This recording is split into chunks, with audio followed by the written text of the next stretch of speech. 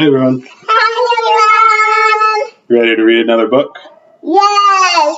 All right, this week our Dr. Seuss book for church is The Sneetches. So we're going to read The Sneetches together. You ready? All right. Now, the star-belly Sneetches had bellies with stars. The plain-belly Sneetches had none upon theirs.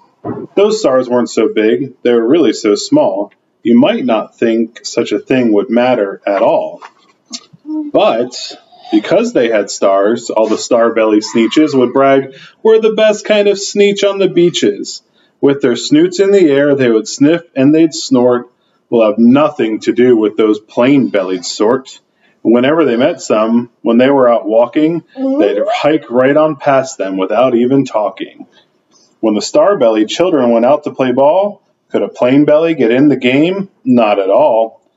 You could only play if your bellies had stars, and the plain-bellied children had none upon theirs. When the star-bellied Sneetches had Frankfurter roast, or picnics, or parties, or marshmallow toast, they never invited the plain-bellied Sneetches. They left them out cold in the dark of the beaches. They left them out cold. They kept them away.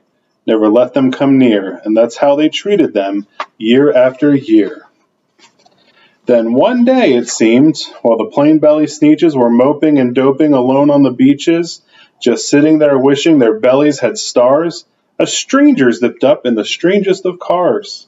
"My friends," he announced in a voice clear and keen, "my name is Sylvester McMonkey McBean, and I've heard of your troubles. I've heard you're unhappy, but I can fix that. I'm the fix-it-up chappie. I've come here to help you. I have what you need, and my prices are low, and I work at great speed, and my work is 100% guaranteed."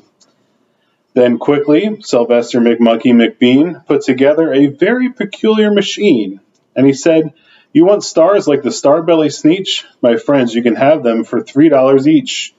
Just pay me your money and hop right aboard." So they clambered inside. Then the big machine roared, and it clonked, and it bonked, and it jerked, and it burked, and it bopped them out. And the thing really worked.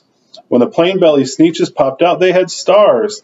They actually did. They had stars upon theirs.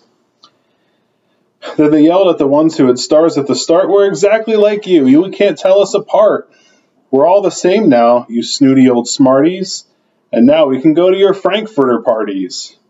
"Good grief," groaned the ones who had stars at the first. "We're still the best Sneetches, and they are the worst. But now how in the world will we know?" They all frowned. "Which kind is this kind, or the other way around?" Then up came McBean with a very sly wink, and he said, "Things are not quite as bad as you think. So you don't know who's who. That is perfectly true. But come with me, friends. Do you know what I'll do? I'll make you again the best Sneetches on beaches, and all it will cost you is $10 eaches." "Belly stars are no longer in style," said McBean. "What you need is a trip through my star-off machine. This wondrous contraption will take off your stars, so you won't look like Sneetches who have them on theirs." And the handy machine worked very precisely, removing all the stars from their tummies quite nicely. Then, with their snoots in the air, they paraded around, and they opened their beaks, and they let out a shout. "We know who is who. Now there isn't a doubt. The best kind of Sneetches are the Sneetches without." Then, of course, those with stars all got frightfully mad. To be wearing a star now was frightfully bad. Then, of course, old Sylvester McMonkey McBean invited them into his star-off machine. Then, of course, then on, as you can probably guess, things really got into a horrible mess. All the rest of that day, on their wild, screaming beaches, the fix-it-up chappie kept fixing up Sneetches. Off again, on again, in again, out again. Through the machine they raced round and about again, changing their stars every minute or two. They kept paying money. They kept running through, until neither the plain nor the star-bellies knew which one was this one or that one, or which one was this one, or which one was what one, or which one was who. Then, when every last cent of their money was spent, the fix-it-up chappie and packed off, and he went. and he laughed as he drove in his car up the beach. They will never learn, no, you can't teach a Sneetch. But McBean was quite wrong. I'm quite happy to say that the Sneetches got really quite smart on that day. That day they decided that Sneetches are Sneetches, and no kind of Sneetch is the best on the beaches. That day all the Sneetches forgot about stars, and whether they had one or not, upon theirs. The end.